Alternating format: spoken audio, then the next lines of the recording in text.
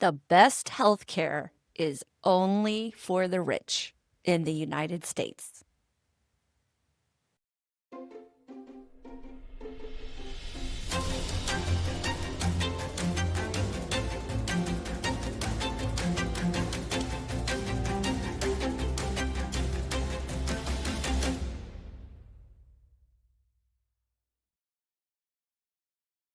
Healthcare in the United States is too complicated. There are many different options, though most don't suit anyone, not patients and not doctors. There are government programs like Medicare, which is a national health insurance program for people who are over 65. And then there is Medicaid for those who meet a certain low income requirement. Some people might be above the low income requirement, but not be able to afford health care otherwise. So there is CHIP, which is the Children's Health Insurance Program. So at least the kids are covered. How generous. Some people have employer sponsored insurance that can be either HMOs, which stand for Health Maintenance Organizations, or PPOs, Preferred Provider Organizations. There is TRICARE for active duty military or retirees, and the VA, which I can attest can either be really good or terrible. For those who fall in between government subsidized healthcare and do not have employer provided health insurance, there is the Affordable Care Act, or ACA, marketplace. Here, people can purchase their own private health care, though the expense is usually high, and honestly, the coverage isn't usually very good. Healthcare exists in this country. I can say that. But it is very flawed, expensive, dominated by insurance, medical device, and pharmaceutical profits, and difficult to navigate for patients and providers.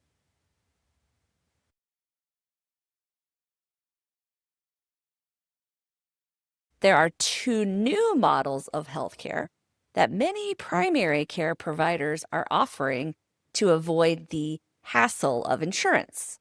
There's concierge medicine and direct primary care, or DPC.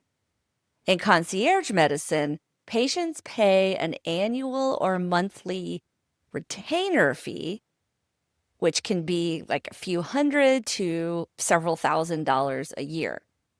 Kind of depends on where you live and, the type of practice. Concierge practices still bill insurance or Medicare for visits, tests, and procedures, but patients have better access to their doctors. Usually they have longer appointments, are able to send direct messages, even have their cell phone numbers, that sort of access. Direct primary care, or DPC, is different than concierge medicine because the provider does not bill insurance. The patient pays a flat monthly membership fee that covers nearly all the primary care services. This includes office visits, basic labs, disease management, preventative care, telemedicine, like all kinds of things.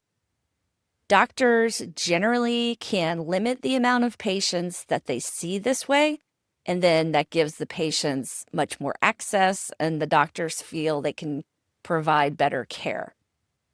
So if you wake up sick one morning, you can text your doctor to see if you need an appointment, or they can give you advice right over the phone. I actually first learned about this type of medicine through my in-laws. They lived in Evergreen, Colorado, and waited for over a year to finally be accepted into a private boutique practice.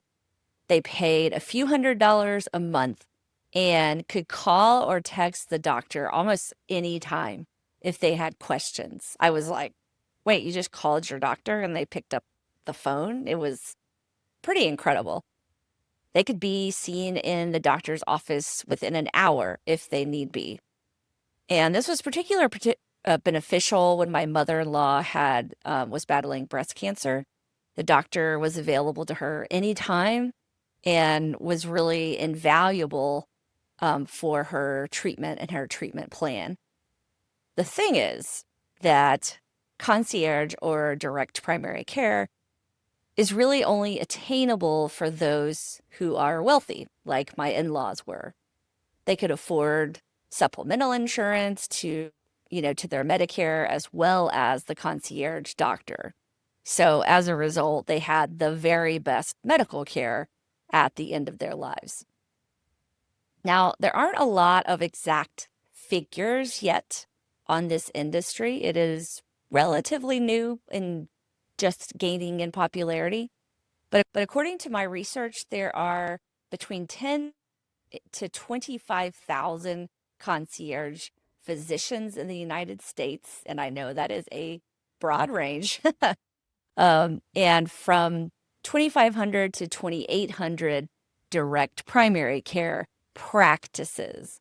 There are lots of advantages for doctors to go this route too, especially financial advantages and for their quality of life.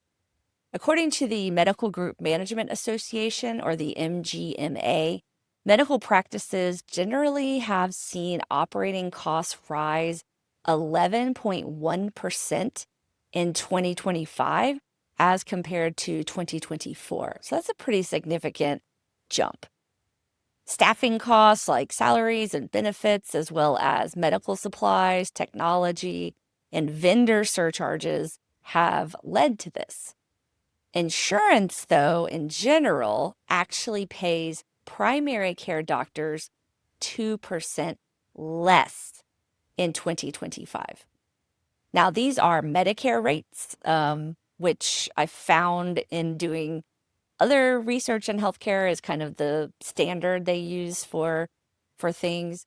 But it kind of means that private insurance might pay more, or they might pay less than Medicare. There's a much larger incentive for doctors either to increase their patient volume, leaving less time per patient, or go to alternative models like concierge medicine or DPC so they can stay afloat, or better yet, actually make a living.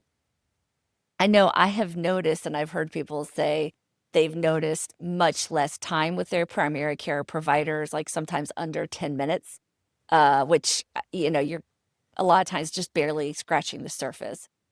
For me, I have mine sit down. I say, don't act like you're about to walk through the door like you're on your way out already. You're going to sit down and you're going to talk to me. But you have to be forceful, and they are under a lot of pressure to fit in as many patients as possible. So with concierge or DPC, it makes it so doctors aren't having to haggle with insurance companies as much or all of the time. Haggling with insurance companies takes up a lot of a doctor's day, and or they end up having to outsource that kind of work, which costs more money. My son's pediatrician is Dr. Cameo Carter. She is the owner of Garden Pediatrics in Redlands, California. Recently, she surveyed her clients to see if they would support a concierge or DPC practice. I spoke to her about what happened, what made her to decide to consider this option, and what it is like operating in healthcare today. Dr. Carter graduated magna cum laude from La Sierra University with a degree in psychology and received her MD from Loma Linda University. She is now the owner and founder of Garden Pediatrics in Redlands. I hope you enjoy our discussion and her take on healthcare and what led her to just, kind of think about this kind of practice.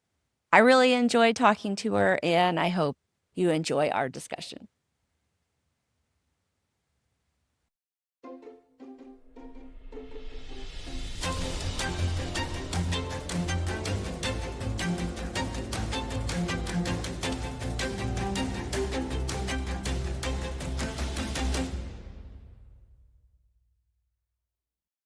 Well, speaking of my sweet boy, I want to introduce you officially here. So Dr. Cameo Carter is my child's pediatrician and the basically owner of Garden Pediatrics in Redlands, California. And you have been his pediatrician probably since he was about 4 years old, I Mhm. want to say. It is such a privilege. I mean, the fact that parents like yourself just want to collaborate with somebody else, because it's really hard to want to trust others when it comes to your kids who you love so much. And so I really consider that such an honor when parents want to partner with us and for such long periods. I mean, that was one of the reasons I went into pediatrics, is because I loved that concept of growing up with a child and with their family. I mean, that's actually what led into the name of our practice, Garden Pediatrics, just that had that aspect of growth that I think is so important. We have that wonderful opportunity, but it is not a privilege that I take lightly. So Yeah, so yeah. thank you. So Yeah, so yeah, thank you. yeah. I definitely get that from your entire practice and always have. We were looking for a pediatrician. I think we moved here when Devin was 2, and when he was about 3 or 4, we were looking for another pediatrician, and our friends were like, "Oh, you have to go to Garden Pediatrics," and it was multiple, friends, Mhm. and we were like, okay, well, it's highly recommended by people who are discerning, and everything. So it as soon as we got there, we were like, oh, yep, we understand why Oh, why oh, everyone thank recommends you. it. Thank you. That's really meaningful. Yeah. Well, also tell me, I think my guests are better at introducing themselves and their qualifications than I am. So if you don't mind telling me a little bit about your experience, background, education, all of that. Yeah, for sure. So, you introduced, I'm Dr. Cameo Carter. I'm a board certified pediatrician. I also count being a mom of 3 as a part of my training, because I feel like that informs each other, the Yeah. pediatrician and the mom role. And I didn't always think that I wanted to be a doctor. I didn't decide to go into medicine until I'd been out of medical school for a few years. I had an undergrad in psychology and really emphasized the research that I was doing as an undergrad, so that I would look good to graduate schools. And it wasn't until I was applying to graduate school that I wasn't really sure exactly in what area I wanted to do psychology, or if I really wanted to do it. I knew I loved research, but wasn't Mhm. sure I wanted to be in academics exclusively. So I started working with emotionally disturbed children for a year and in a group home setting. And then from there, moved to Colorado, and I was a preschool Oh. teacher. And it was during that time that I had a couple of children who were had different congenital issues and that they were born with, so Mhm. different conditions, and it presented some challenges. So the parents were just like, here, we want everything about our children's medical history so that you can understand, during the school day. And I was so interested in it. And it was during that time that I decided I wanted to go back to school and go to the University of Colorado and finish my prerequisites for medicine. And Oh. that's what took me. And even though I didn't know pediatrics would be what I wanted to do, when I was going through my training, it definitely was a wonderful, wonderful match. Mhm.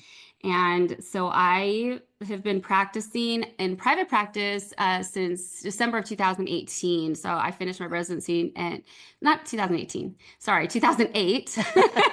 I'm like, wow, I'm so young. No, 2008. So I finished Okay. residency in 2007, Mm. and then have started a Garden Pediatrics in 2008.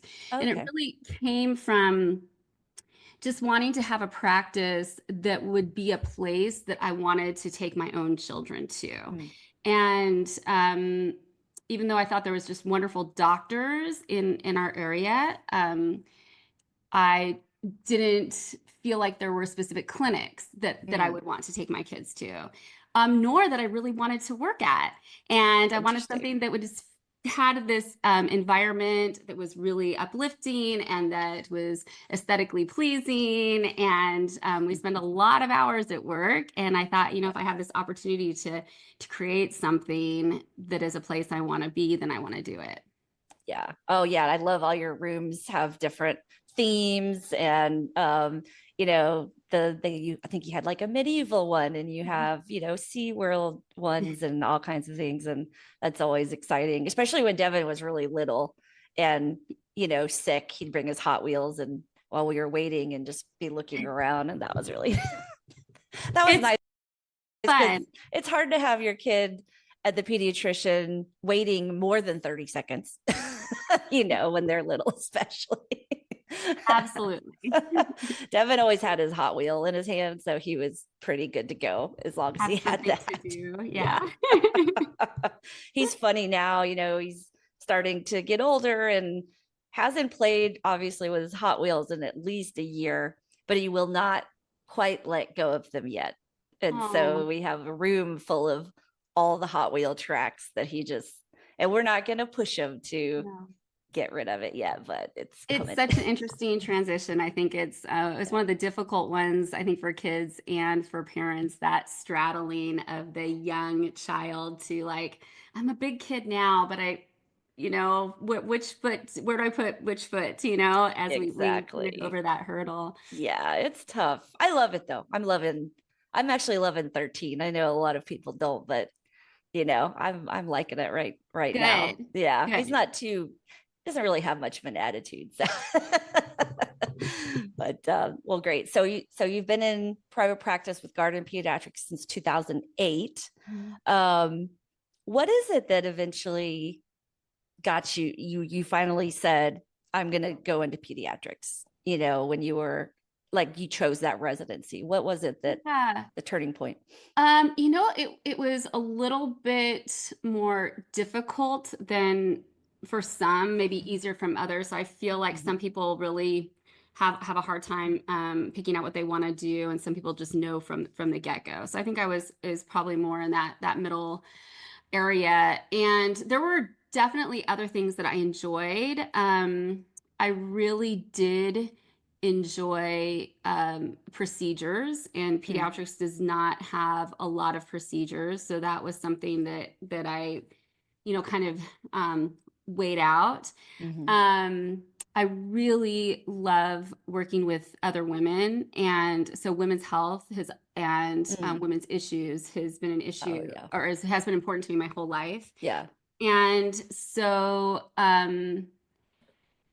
what I found though, in when I was going through pediatrics, is how much time I was actually spending with other women.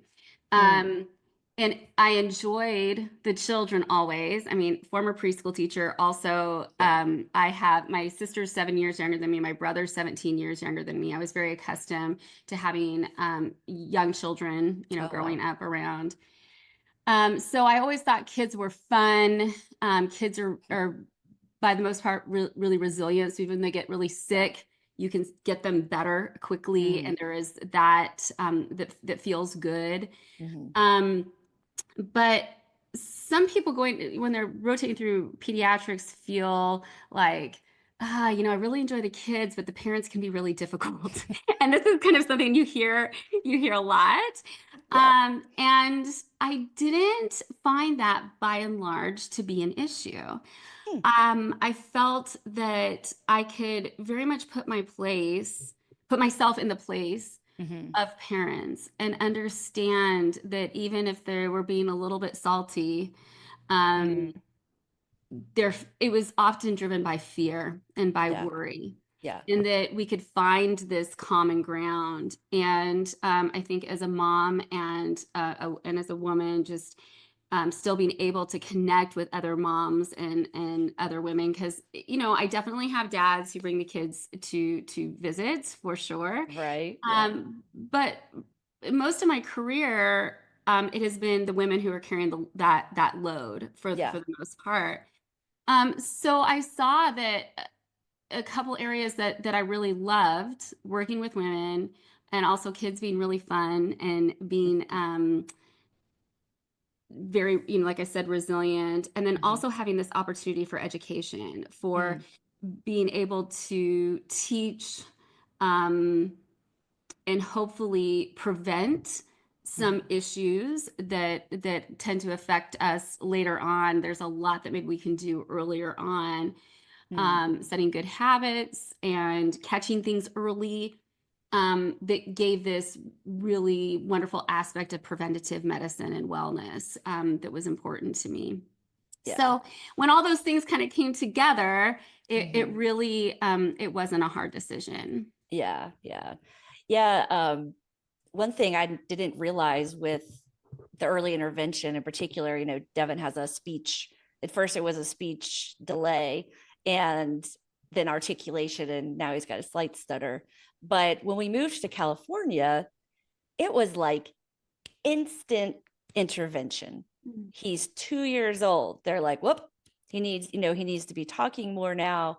And they were talking about how early intervention was just for speech. And I mean, he's Mm. been in speech, for years, but I can not even imagine if he hadn't had that early intervention, how that would have affected his speech, how much more it would have been delayed and all of Yeah. that. Oh, So it it's is really huge. important. Yeah. Yeah, and early intervention, I mean, I think we've just in my career, I've learned so much more about because of the concept of brain plasticity. And we Mm, know that the brain is continuing to grow and develop, really until our late 20s. But early earlier on, our ability to develop new neural pathways, new connections, it's so much faster. And so the brain is so much more pliable. And so has been sometimes a tendency to wait and see for different developmental issues, because certainly everybody knows the story about, oh, my kid didn't talk until 3 years old, and then all of a sudden at three they were saying full on set, stories yeah. and Right. things, Yeah. and actually that has happened, Sure. but Yeah. that's not what's likely, Yeah. and so Yeah. I tell parents, like, it makes way more sense to try to jump on these things early, and if something does happen and click overnight, fantastic. Hmm. But let's do everything we can, to begin with. And Yeah. I think that makes a huge difference. Yeah. I can't imagine my child not being able to speak properly because he has a lot to say. I always thought it was kind of cruel that he's got some issues with his speech because he wants to talk so much and it's okay. Clever boy.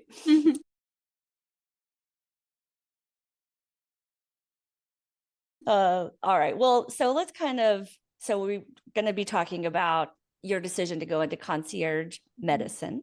Um, but I guess I want to kind of start with over your career.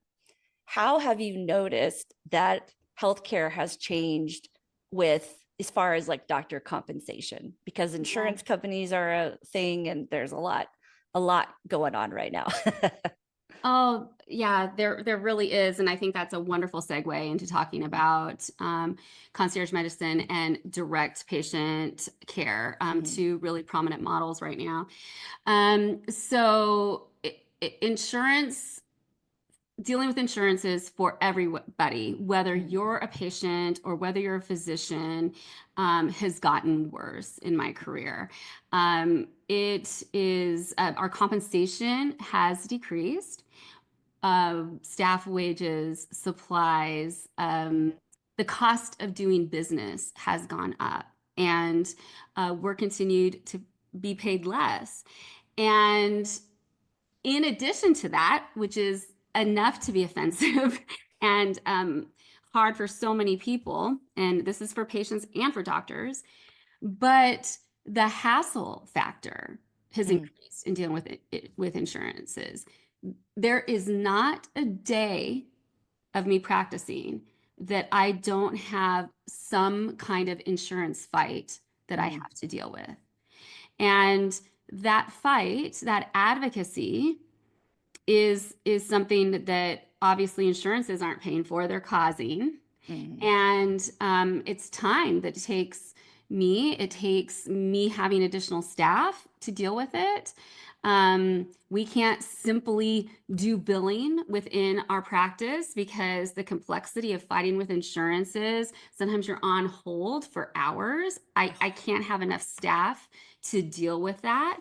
So you have to then have a billing company that has the resources that can do that and distribute the labor as far as that goes. So it has gotten measurably more difficult. And it's, yes, we're reimbursed less, but it's not just that. Like if you look at that and the cost of it, it is Yeah. worse. Yeah. Yeah. Yeah. I was doing some research and it's saying a lot of doctors choose to go into concierge or direct patient care because of the hassle of the paperwork and the dealing with the insurance and the quality of life for Yeah. you as Yeah. well. I mean, my in-laws actually went into, or they were patients, but they chose a boutique practice in Evergreen, Colorado. Mhm. And even as a patient, the process was so much easier because you weren't having to deal with. They had obviously separate insurance, because my mother-in-law had breast cancer, so they had to have some extra stuff. But as a patient, even it was easier just to deal directly one-on-one with the doctor. Obviously, had more access to the doctor, and it was actually really, especially going through a difficult time, it was really a better experience for them too. But I know, let's see, it was a few months ago, I got a letter from you or an email saying we're considering doing this, we're considering Mhm. going to this model, and you sent out a survey. Uh-huh. So what led you to that? Because that, I'm sure, was a controversial leap, Yeah. Well, maybe for some. Redlands is my hometown. Yeah.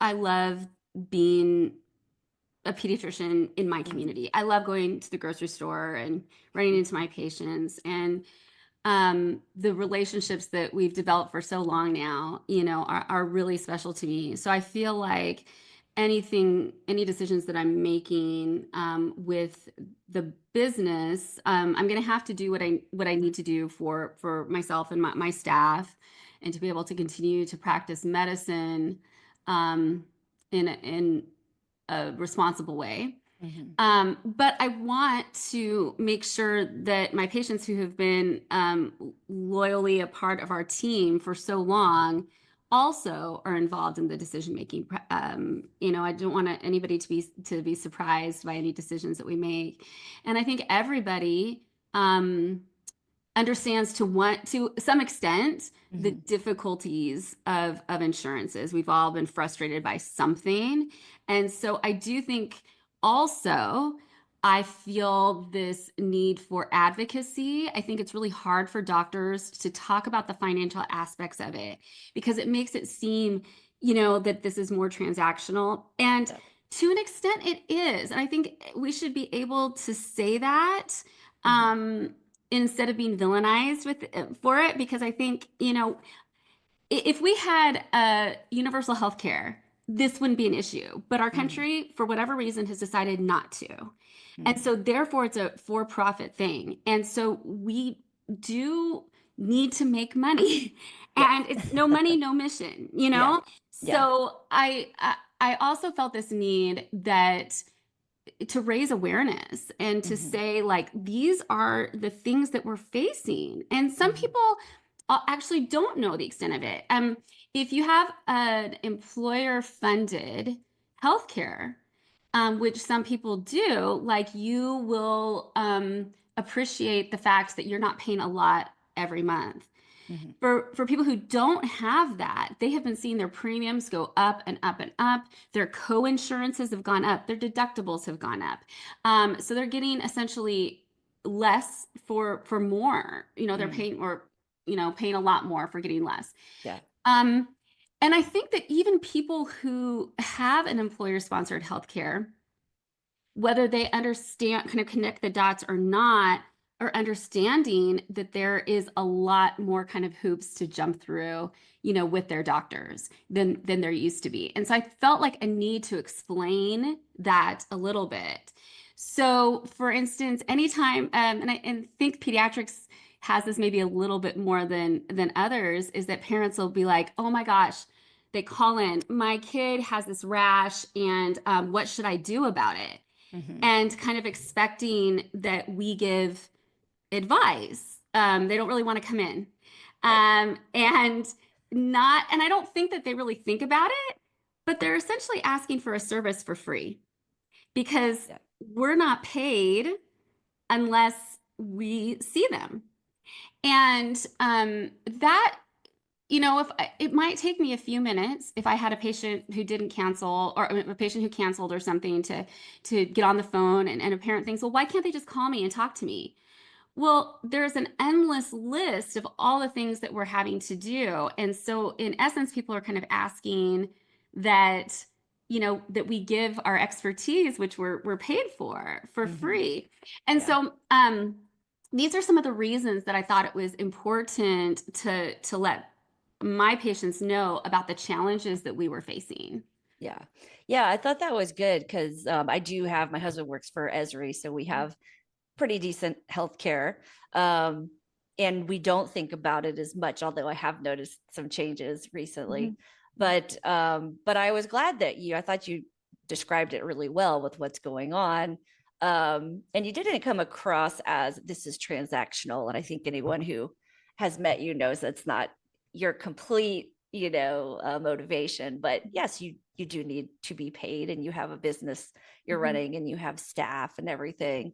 But it did surprise me because again, I don't think about it as much because I do have decent health care.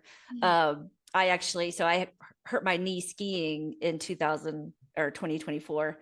Mm. And it's just been kind of struggling with Mm. getting it worked on and fixed and stuff. So I had a knee surgeon that I loved and I've been working with. And then all of a sudden, United Healthcare said, well, I'm not really sure exactly if he stopped taking United or if the way they described it, United doesn't certify him anymore. I don't know what that means, Mm.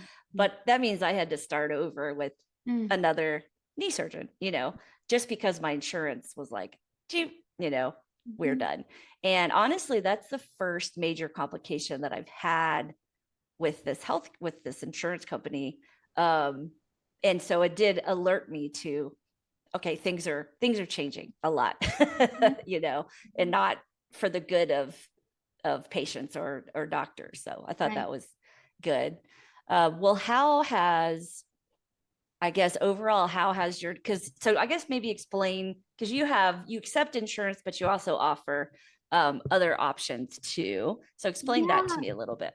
Yeah. So I think it's a really good opportunity to probably talk about two prominent models that are out Hmm. there right now. Hmm. So the concierge model has really been around since the 90s, 1990s, and it was more of this early on, this very exclusive, more high-end thing. Hmm. And then it's slowly grown in different regions, has not taken off in some areas in pediatrics as much as it has others.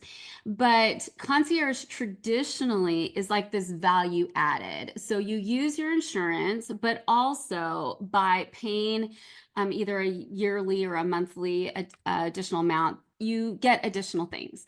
And so speaking about, access, being able to ask some questions really quickly. So like people who are in the concierge model have my cell phone number. And so they have a question like, is this something I need to be seen for? We were talking earlier about Yeah, soccer right. games. Oh, my kid just got Right. hit in the Oh no. face. What do I have to watch for?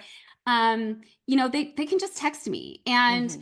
I like that actually. I Hmm. people who cautioned me beforehand, they said, oh my gosh, you're just going to be inundated. And there are times when I'm getting, several texts from Right, several of I my bet. concierge patients. And, but everyone has been without fail, just really, just considerate of my Oh, good. time. I had one patient who actually didn't contact, they waited until Monday. And I said, why didn't you text me? And they're like, we didn't want to bother you on the weekend. And Yeah. this is something that I'm like, this is what I'm here for. And I think what's nice is that though I feel valued Mhm. because they're paying for this service. So they're paying for access.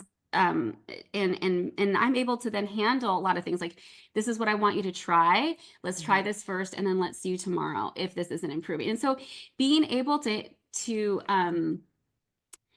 do patient care that way is a lot more gratifying as a doctor, and being able to be helpful like that, and also valued for what I provide. And then also Mhm. they can, there's a surcharge that if they call me in the middle of the night, I'm gonna happily answer the phone and I'm going to talk to Okay. them. But there I is was gonna ask. full charge. Yeah.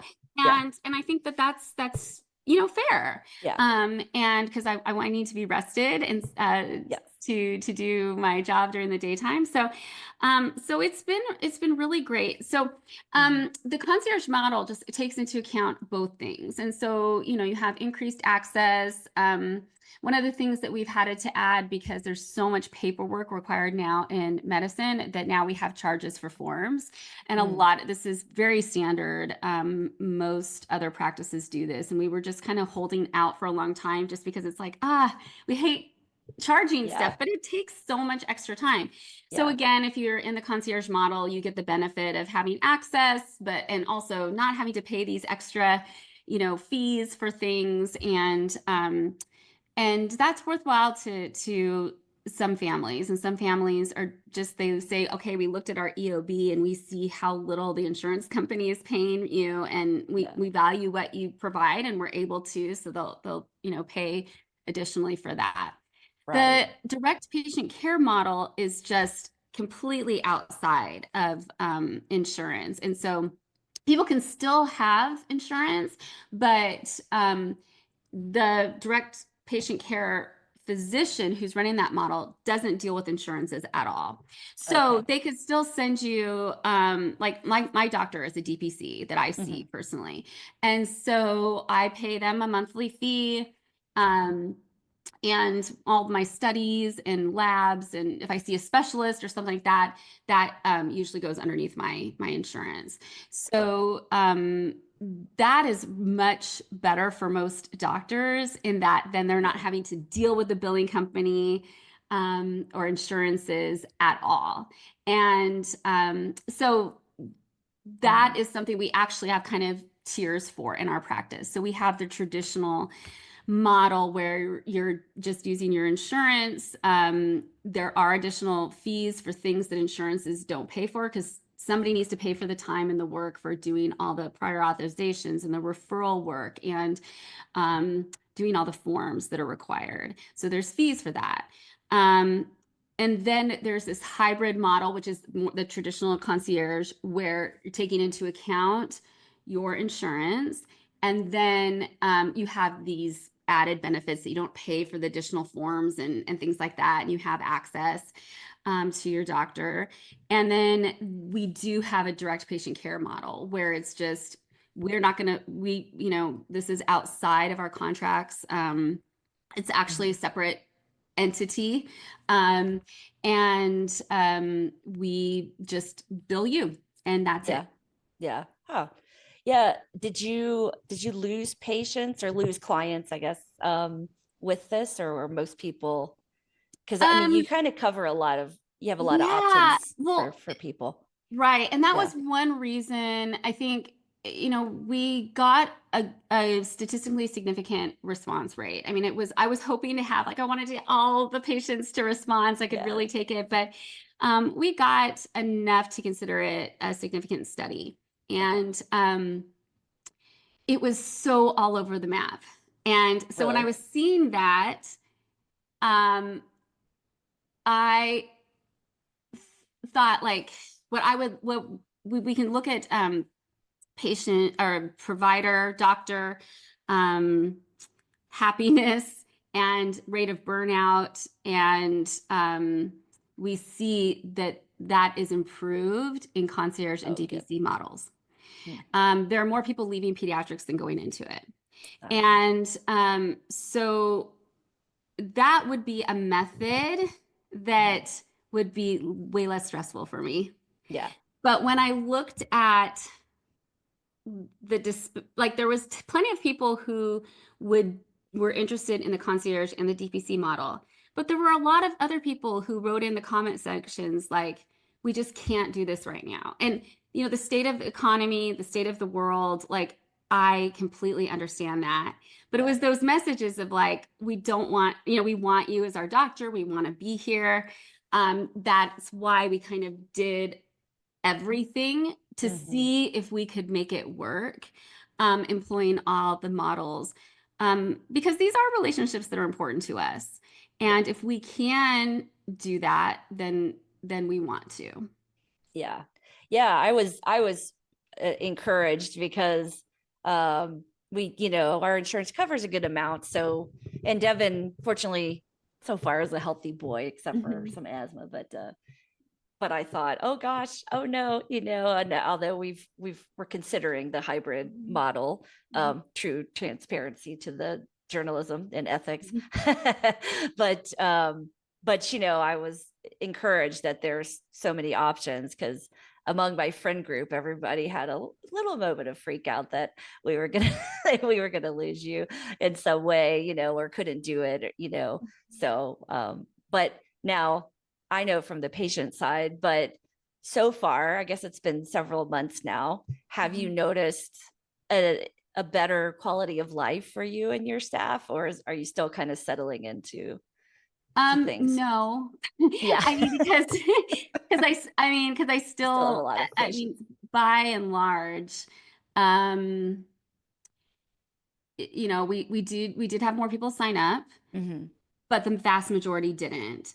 And I Yeah. think for so many people too, if you can still kind of, I mean, we do have a lot of patients who have some employer sponsored. Yeah. Um, so we still have a lot of that. So Yeah. it's still a tremendous amount of work. Yeah. Now I can tell you I enjoy like I the having the concierge aspect Hmm. has been a little bit more fun in the Oh, good. sense of being able to manage things very quickly, Yeah. being able to prevent worse exacerbations, for example. Hmm. Um, Being able to, I mean, there's something I think that for primary care doctors, being able to be there for your patients when they need you most, is one of the reasons that we went into it. And so having those aspects, um, is good. It helps maybe temper the burnout. Hmm. Um, but the finances are what they are. I mean, and are really Yeah. difficult. And that financial strain and stress and wondering how long I can keep doing this, and how long we can survive, Hmm. is really real and Yeah. is it's an ever present, ever Right. daily kind of a thing. And so Yeah. trying Yeah. to figure that out, we're still in the midst of. Yeah. Do you, I, I hadn't actually heard of this model. My friends are going crazy with these notifications and I can't turn it off. Um, with concierge medicine, I had never heard of it in pediatrics. Have you seen more pediatricians doing this? Because there is like you mentioned, a high burnout rate with Yeah. pediatricians. Yeah. Um, do you see more pediatricians going this way, or are you a bit of a, path creator here? Yeah, it definitely is being talked about a lot more. Hmm. There's um, there's a site called Doximity, that is Okay. almost like a kind of a mix of a social media and a LinkedIn kind of a thing for physicians. Hmm. And so there's articles, but there's also just opinion pieces and things like that that are on there, as well as different resources. And so there has been a lot more articles recently dealing with the struggles in pediatrics. and burnout rates. And there was recently an opinion piece talking about the concierge and DPC method in pediatrics. And one of the things that's been difficult is for peds to do this is because of the high cost of vaccinations. And so if you're not in network with insurances, Mm-hmm. then you know who's paying for these vaccines, which are very, very expensive. Oh. And so some pediatricians are concerned that this is going to lead to furthering decrease in vaccination rates, which we really don't need right Oh now. gosh, yeah. But like for my practice, we switched to a company called VaxCare that now does all of our Oh. vaccinations. And so in as they are contracted with the insurance companies for vaccines. And we had to switch over to that because we could no longer, we were falling behind in being able to Mm. pay for vaccines because it is such a high upfront cost. And then Mm. insurances delay in paying you.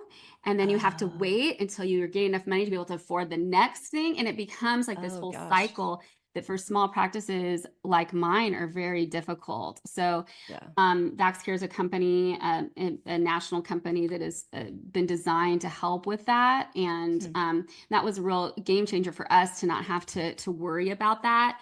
Yeah. And it has also allowed us to be able to explore more of this than some pediatricians have thought that they could before, again, because of this issue, because of course that's really important to us.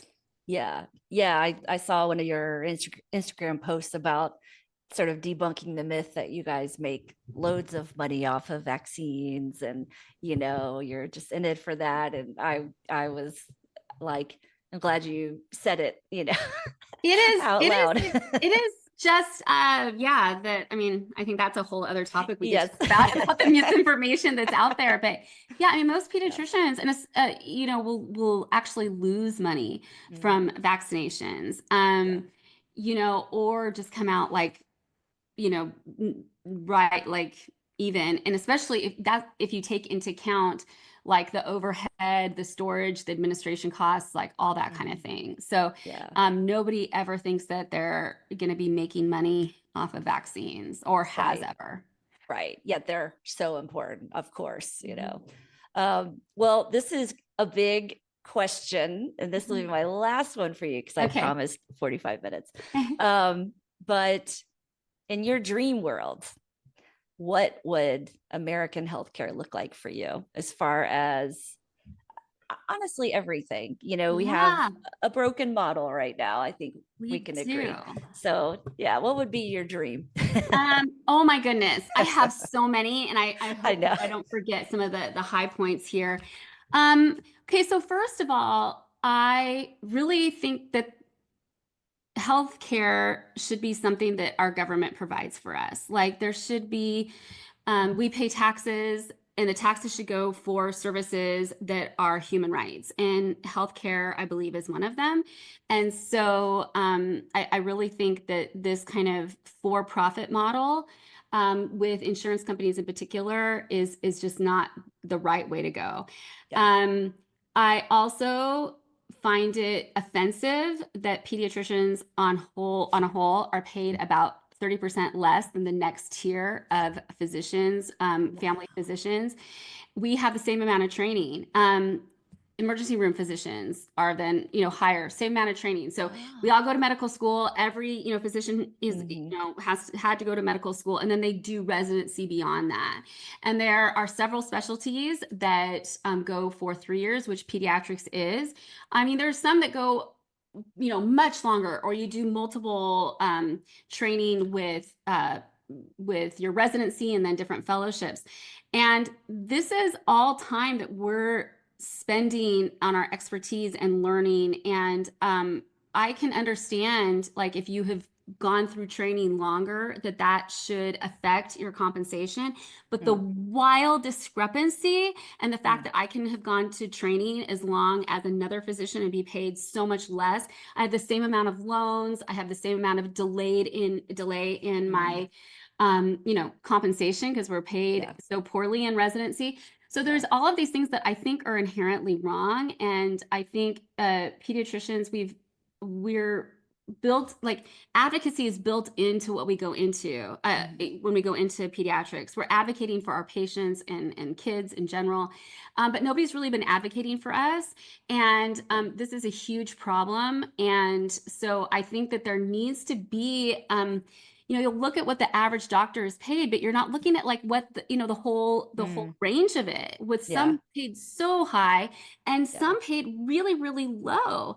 And most of I'll be paying my medical school debt for the rest of my career.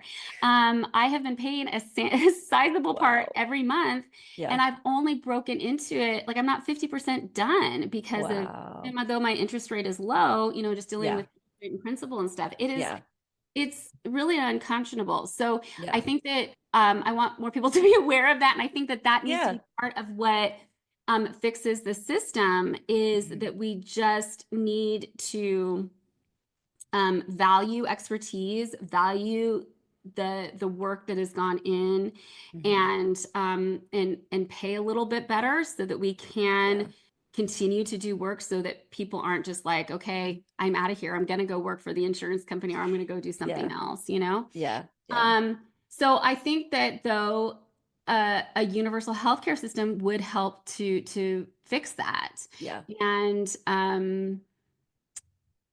there could be so many intricate little things underneath. I know, as a whole, that would be huge in making healthcare better for everybody. Plus, you have your patients, children have a completely different physiology than adults, right? And they're always changing according to what age they are. I mean, that is complicated. I think maybe there's a perception, oh, it's a kid. I don't know. There's a wrong perception about that. I think so. I think you're onto something. And I think if you look at how much our country values women and children, we kind of see, you put your money where your mouth is, kind of a mentality. And if you look at how poorly teachers are paid, if you look at the roles in the different specialties in medicine, the ones that are more predominantly serving children or women are lower paid. I think it's not just coincidence. So I think we just need to actually say, like, where is our priority? And there's so much we study and learn that are trying to help set up kids to be the most healthy that they can be for their lifelong decisions. And hand in hand with that is also, making sure that we're making things easier for families so that can happen, that we're talking about healthy habits and healthy diets. And let's make sure that we're also talking about how to make that more available to people. Oh my gosh, I know. And you also, I mean, the thing that you haven't said but have said is a lot of these professions are predominantly women. I'm amazed.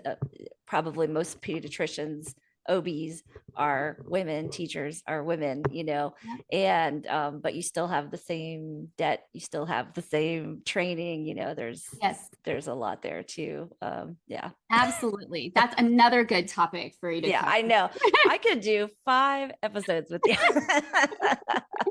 But I will leave it there because I promised you 45 minutes. But I really appreciate you taking the time for my little budding podcast here to talk about this. I'm going to be talking more about healthcare in the future, but I thought this would be kind of a good place to start to talk about physician compensation and just kind of where we are, as a healthcare system. So thank you so much.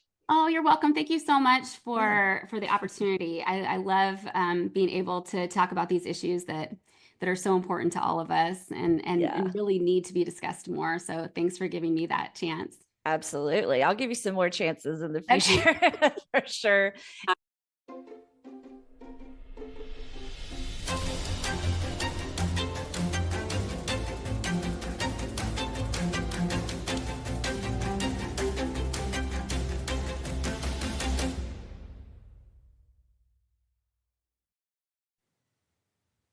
find it really interesting how capitalism can allow for solutions for the same problems that it creates. Many would argue that the predominantly for profit healthcare system we have is why healthcare is not considered, or at least treated, as a human right in the United States. Healthcare is a way for insurance companies, medical device companies, pharmaceutical companies, medical supply, and medical technology companies make a whole heap of money every single day. One could argue that many politicians also make a heap of money off of this system and why they are fundamentally opposed to universal health care on both sides of the aisle. United Healthcare, which is the insurance that we have through my husband's employer, made $14.4 billion in 2024, which actually was down from 2023 when they made $22.4 billion. Boston Scientific Neuromodulation, which actually makes my spinal cord stimulator and is just a small part of Boston Scientific overall, made $1.106 billion. Merck Pharmaceuticals made $17.1 billion. According to Deseret News, during the 2024 election cycle, at least 72 of the 100 sitting U.S. senators received at least $10,000 from PACs associated with pharmaceutical and health product companies.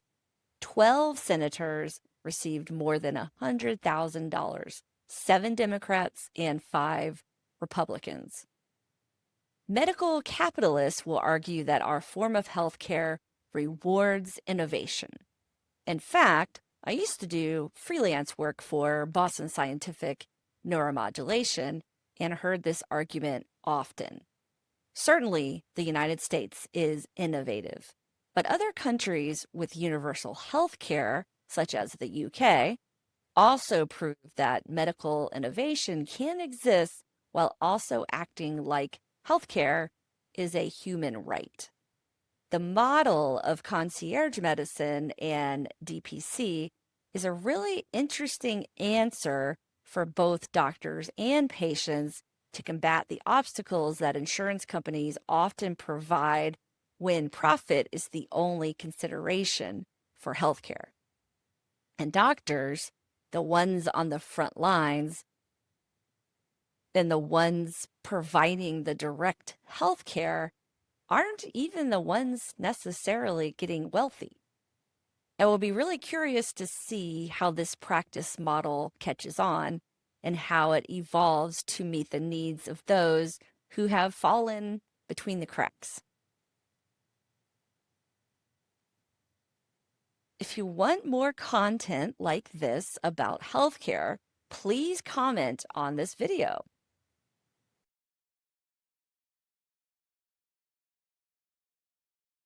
Thank you for listening to the Journalism of Everything podcast. If you enjoy this content, please follow, like, comment, and subscribe. The Journalism of Everything podcast is available on Spotify, Apple Podcasts, YouTube, Substack, and anywhere else you can find podcasts.